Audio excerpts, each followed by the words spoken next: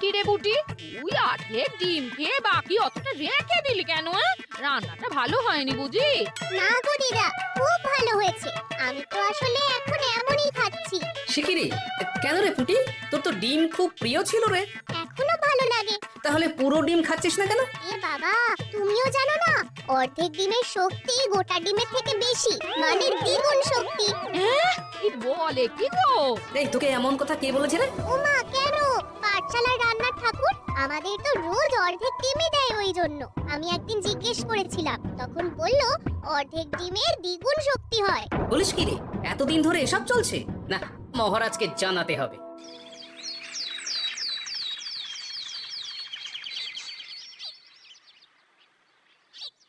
আরে, গোপাল এত সকাল সকাল রাজবাড়ির দিকে যাচ্ছে কেন? গিয়ে আড়াল থেকে দেখি তো।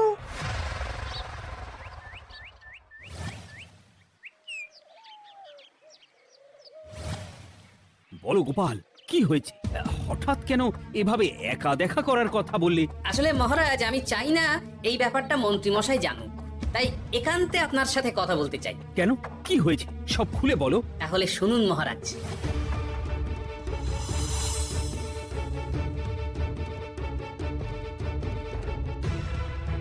কি সাংঘাতিক ব্যাপার!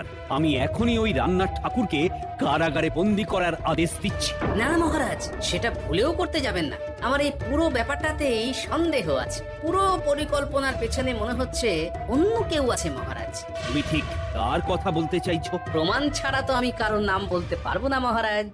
এই রে, গোপাল বোধহয় সবটা বুঝতে পেরেছে। এবার কি করে নিজেকে বাঁচাই? কি করি? এই তো মহারাজের প্রিয় গোপালও চলে এসেছে। তাহলে এবার সভা শুরু করা যাক মহারাজ। সে আপনি যাই বলুন না কেন মন্ত্রী মশাই, আজ আমার আপনার সাথে ঝগড়া করার কোনো ইচ্ছেই নেই। কেন গোপাল, কি হয়েছে তোমার? কি আর বলি মহারাজ, কৃষ্ণনগরের ভবিষ্যৎ দেখে আমি তো ভাষাই হারিয়ে ফেলেছি। বলো কি, কৃষ্ণনগরের ভবিষ্যৎ? তা শুনি খুব ভালো কিছু নিশ্চয়ই। এতে আর শোনার কি আছে মহারাজ, অবশ্যই ভালো হবে। সে কথা তো আমি একবারও বলিনি মন্ত্রী মশাই। আহা গোপাল, ভনিতা না করে বলি ফেলো না দেখি, কি এমন দেখেছো কৃষ্ণনগরের ভবিষ্যৎ? তাহলে শুনুন, কৃষ্ণনগরের ভবিষ্যৎ ঘোর অন্ধকারে, মোটেই ভালো নয়। হ্যাঁ, বলো কি? কৃষ্ণনগরের ভবিষ্যৎ বলতে আমি ছোট ছোট ছেলে মেয়েদের কথাই বলছি। ওরাই তো আমাদের কৃষ্ণনগরের ভবিষ্যৎ। ঠিক কথা, কিন্তু তার সাথে অন্ধকারের কি সম্পর্ক?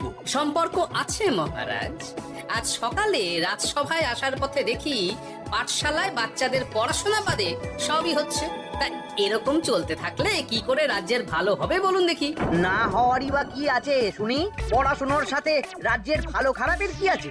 সত্যি, মন্ত্রী হয়েও যে আপনি এসব কথা বলেন ভাবলেও অবাক লাগে। গোপাল, মুখ সামলে কথা বলো। আপনিও তাহলে আগে বুঝুন, তারপর কথা বলুন।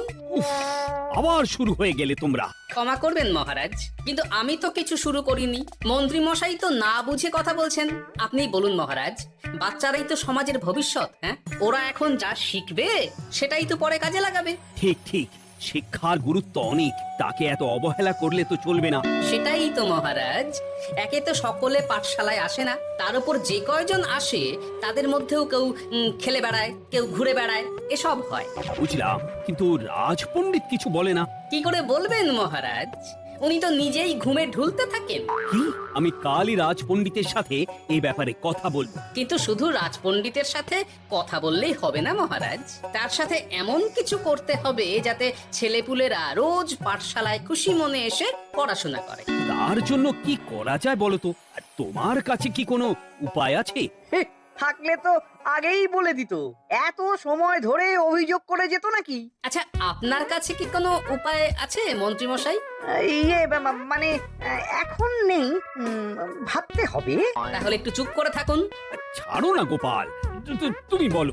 আমি বলছিলাম, ওই বাচ্চাদের পাঠশালার প্রতি আগ্রহ আনার জন্য যদি একবেলা ভাত, ডাল, দুধ, ডিম ইত্যাদি খাওয়ানো যায় তাহলে সেটা কার্যকর হবে বলে মনে হয়। অসম্ভব! রাজ্যের কত খরচ বেড়ে যাবে জানো? তুমি থামো তো মন্ত্রী, সব সময় খালি উল্টো কথা বলা। আমি একদম একমত গোপালের সাথে। কৃষ্ণনগরের উন্নতির জন্য আমি সব করতে রাজি।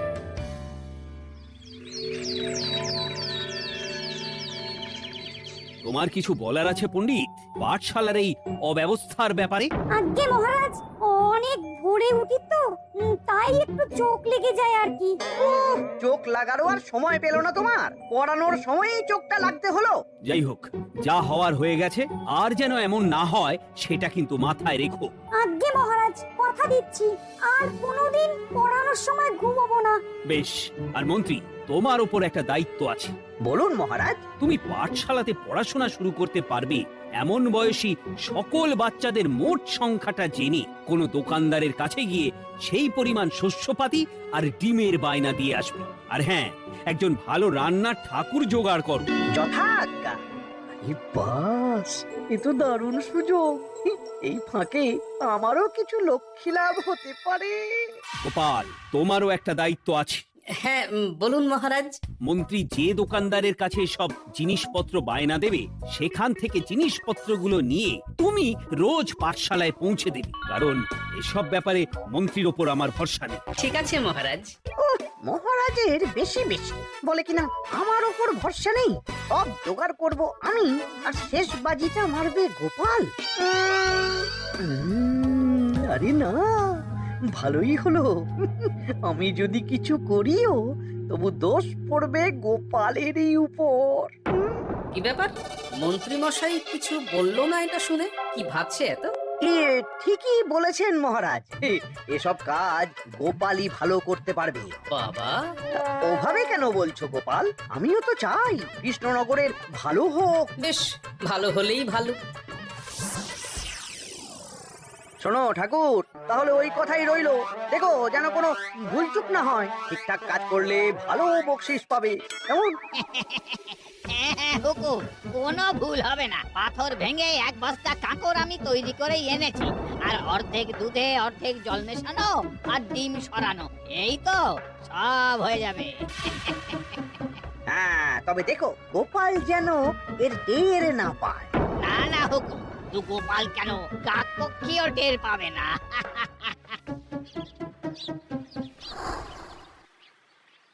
যাক বাবা, এবার শুধু জিনিসের দামটা মহারাজকে বাড়িয়ে বললেই কাজ হাসির।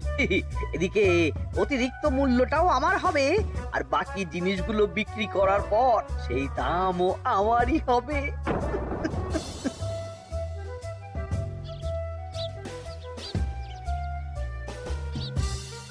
কই রে, কোথায় যাচ্ছিস সব তোরা?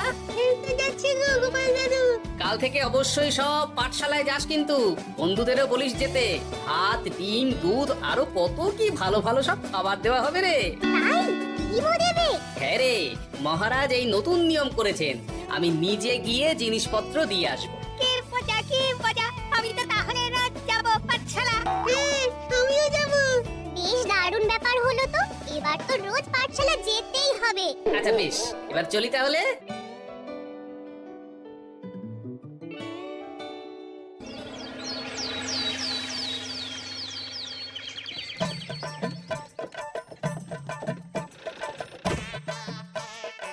এই নাও গো ঠাকুর, সব জিনিস নিয়ে চলে এসেছি, একবার মিলিয়ে নাও দেখি। ঠিক আছে গোপাল দাদা, এখনই সব দেখে নিচ্ছি।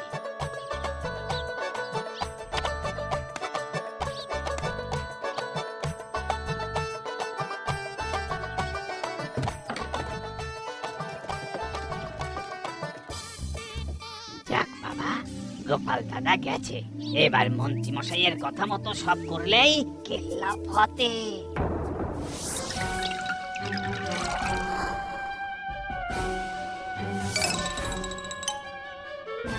কই গো ঠাকুর? এই তো হুকুম, আপনার কথা মতো সব কাজ হয়ে গেছে। ওই দেখুন, ওখানে জিনিসগুলো রাখা আছে, আপনি নিয়ে যেতে পারেন। বাবা বাবা, খুব ভালো, খুব ভালো।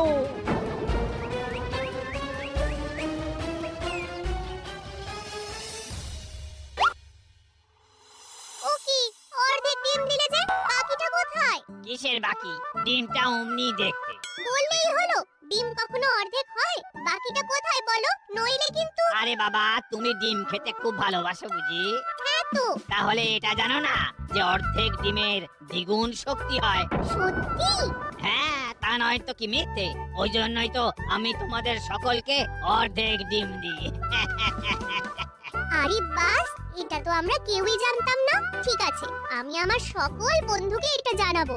যাক বাবা, বিশ্বাস করলো তবে, নইলে আর একটু হলেই ধরা পড়ে যেতাম।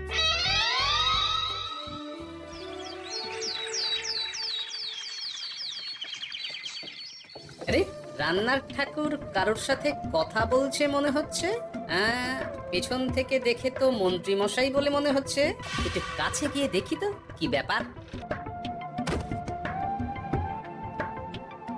আরে গোপাল দাদা যে, তোমার কথাই ভাবছিলাম, আর দেখো তুমি চলে এলে। হুম, তুমি কি নিশ্চিত যে তুমি আমার কথাই ভাবছিলে?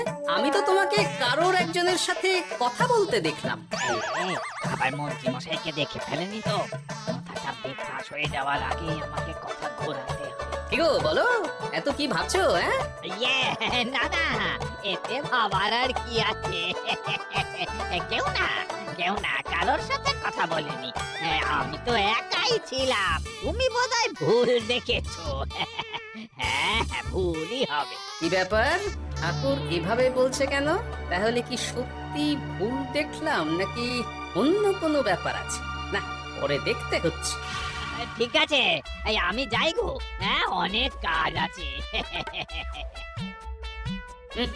না না না, ঠাকুর যতই বলুক না কেন, কেউ ছিল না সেখানে, তবু মনটা কেমন যেন খটকা লাগছে। যাই হোক, মনে হওয়া নিয়ে তো আর কিছু করা যাবে না। এখন যাই কাজে। তা মন্ত্রী, পাঠশালায় রোজ ভালো মানের আনাজপাতি যাচ্ছে তো? আগে হ্যাঁ মহারাজ, আমি তো ভালো মানেরই সব চাল ডালের বায়না দিয়েছি। কথা মতো তো সেগুলোই পাঠানোর কথা। তবে বাকিটা গোপাল জানে। মানে গোপাল জানে মানে ঠিক কি বলতে চাইছেন আপনি মন্ত্রী মশাই? না মানে জিনিসগুলো সব নিয়ে তো তুমিই যাও, তাই আর কি। সেটাও করতে হচ্ছে, কারণ মহারাজ আপনার উপর ভরসা করতে পারেন না। গোপাল, ঠিক আছে, আমি বুঝতে পেরেছি। মন্ত্রী, সপ্তাহে সপ্তাহে জিনিসের দাম মিটিয়ে দিচ্ছ তো? হ্যাঁ হ্যাঁ, আগের সপ্তাহের দাম মিটিয়ে দিয়েছি, কিন্তু পরেরটা বাকি। আর মহারাজ, বলছিলাম কি, পরের মাস থেকে জিনিসের দাম একটু বাড়তে পারে। কি হলো? মন্ত্রী মশাইয়ের এই ব্যাপারটা কেমন যেন লাগলো না, চোখে চোখে রাখতেই হবে।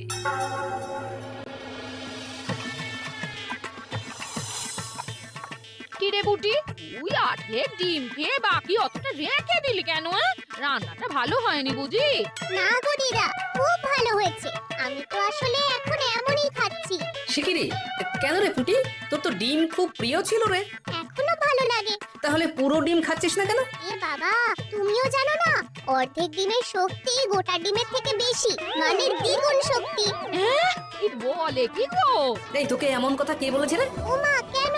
পাঠশালার রান্নার ঠাকুর আমাদের তো রোজ অর্ধেক ডিমই দেয়, ওই জন্য আমি একদিন জিজ্ঞেস করেছিলাম, তখন বলল অর্ধেক ডিমের দ্বিগুণ শক্তি হয়। বলিস কি রে, এতদিন ধরে এসব চলছে? না, মহারাজকে জানাতে হবে।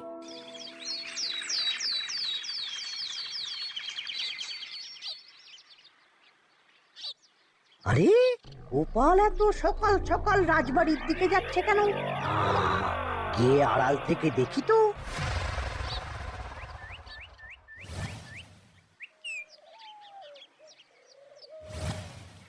বলো গোপাল, কি হয়েছে? হঠাৎ কেন এভাবে একা দেখা করার কথা বললে? আসলে মহারাজ, আমি চাই না এই ব্যাপারটা মন্ত্রী মশাই জানুক, তাই একান্তে আপনার সাথে কথা বলতে চাই। কেন, কি হয়েছে সব খুলে বলো। তাহলে শুনুন মহারাজ।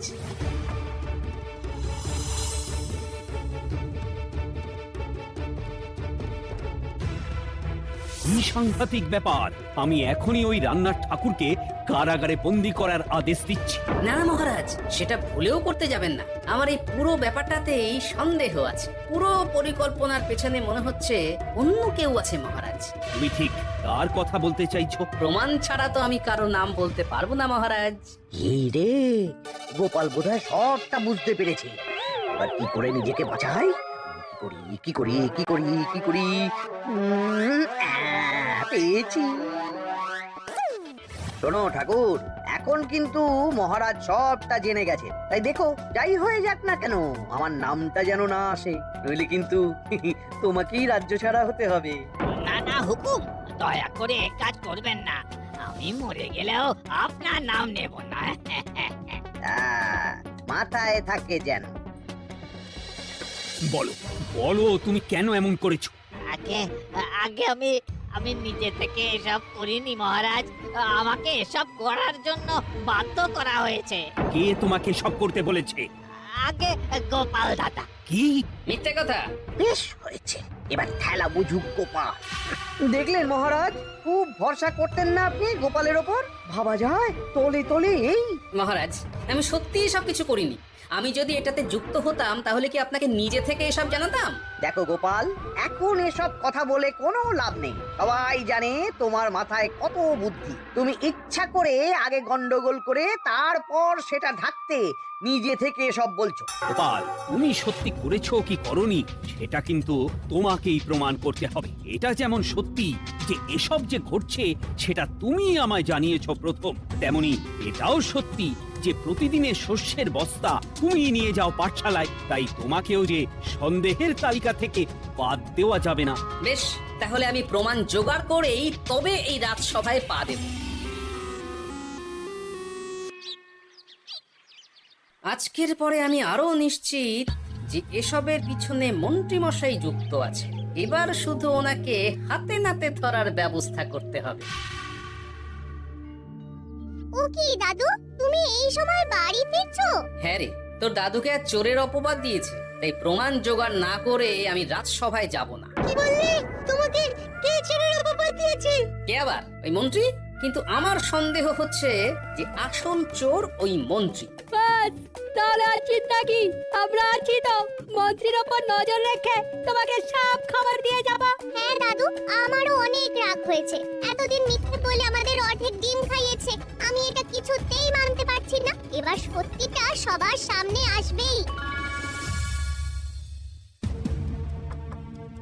নাও নাও, আজকে চাল ডাল সব এই বস্তাতে আছে।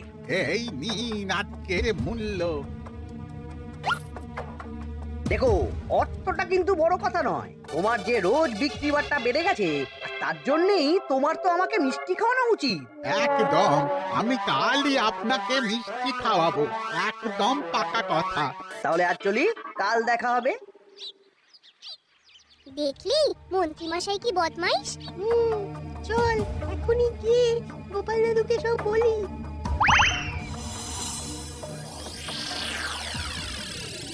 তাহলে এটাই হলো আসল ব্যাপার। খাওয়াচ্ছি ওকে মিষ্টি। হ্যাঁ গোপাল দাদু, একেবারে আচ্ছা করে দাওয়াই দিও। আচ্ছা শোন, আমার মাথায় একটা বুদ্ধি এসেছে বুঝলি। কাল তোরা ওই পাশের গ্রামের দোকানদারকে কিছু একটা করে আটকে রাখ, আর আমি সেই সুযোগে মন্ত্রীর সাথে দেখা করব। আচ্ছা, তুমি কোনো চিন্তা করো না। ঠিক আছে, তোরা এখন যা, আমিও একবার মহারাজের সাথে দেখা করে আসি।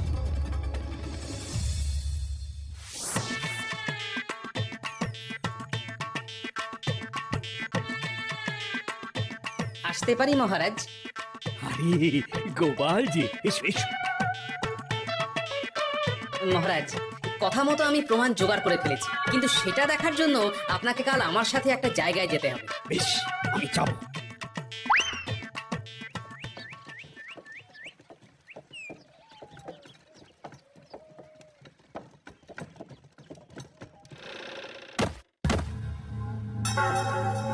এই কি তুমি কে? আগে আমি মালিকের খুব বিশ্বস্ত কর্মচারী। আজ সকালে মালিক একটা অন্য কাজে ব্যস্ত হয়ে পড়েছে, তাই আমাকে পাঠালো। কিন্তু কথা মতো আপনার জন্য মিষ্টি পাঠিয়েছে। এই তাই নাকি? দাও দাও দাও দাও, শুনেছি তোমাদের গ্রামের মিষ্টিও নাকি খুব ভালো। হ্যাঁ, ওই আর কি। নিন।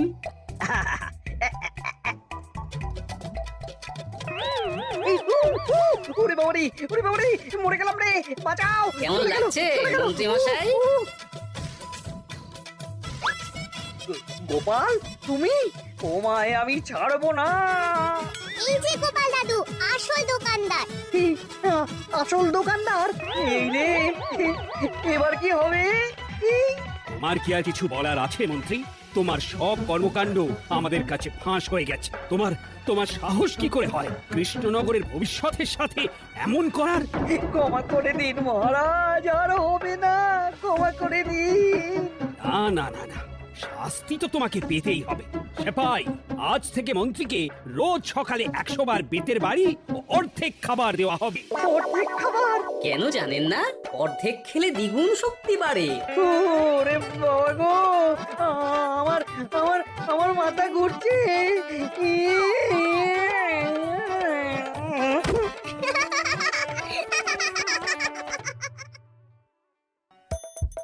হাসির রাজা, জ্ঞানের রাজা, রসিক রাজা।